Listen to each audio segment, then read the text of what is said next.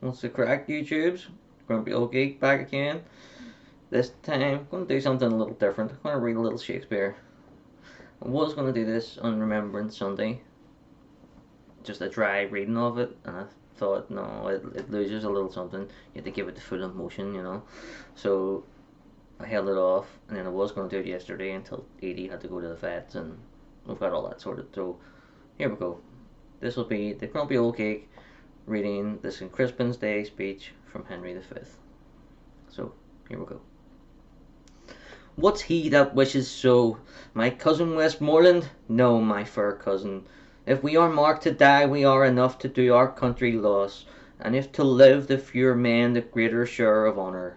God's will, I pray thee, wish not one man more. By Jove, I am not covetous for gold, nor care I who doth feed upon my cost.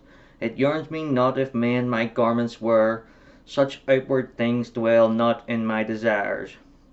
But if it be a sin to covet honour, I am the most offending soul alive. No, faith, my coz, wish not a man from England. God's peace I would not lose so great an honour, as one man more methinks would share from me. For the best hope I have, oh do not wish one more. Rather proclaim it Westmoreland through my host, that he which hath no stomach to this fight, let him depart. His pass shall be made, and crowns for convoy put into his purse. We would not die in that man's company, that fears his fellowship to die with us. This day is called the Feast of Crispin. He that outlives this day and comes safe home will stand a tiptoe when the day is named, and rouse him at the name of Crispin. He that shall live this day and see old age will yearly on the vigil feast his neighbours and say, tomorrow is St. Crispin. Then he will strip his sleeve and show his scars and say, these wounds I had on Crispin's day. Old men forget, yet all shall be forgot. But he'll remember with advantages what feats he did that day. Then shall our names familiar in his mouth as household words, Harry the Keen, Bedford and Exeter, Warwick and Talbot, Salisbury and Gloucester, be in their flowing cups freshly remembered. This story shall the good man teach his son, and Crispin shall ne'er go by, from this day to the ending of the world. But we in it shall be remembered, we few, we happy few, we band of brothers. For he today that sheds his blood with me shall be my brother.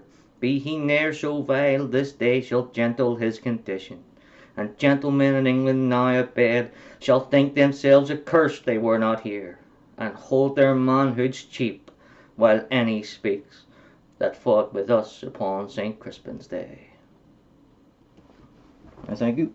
I thank you. So, there we go.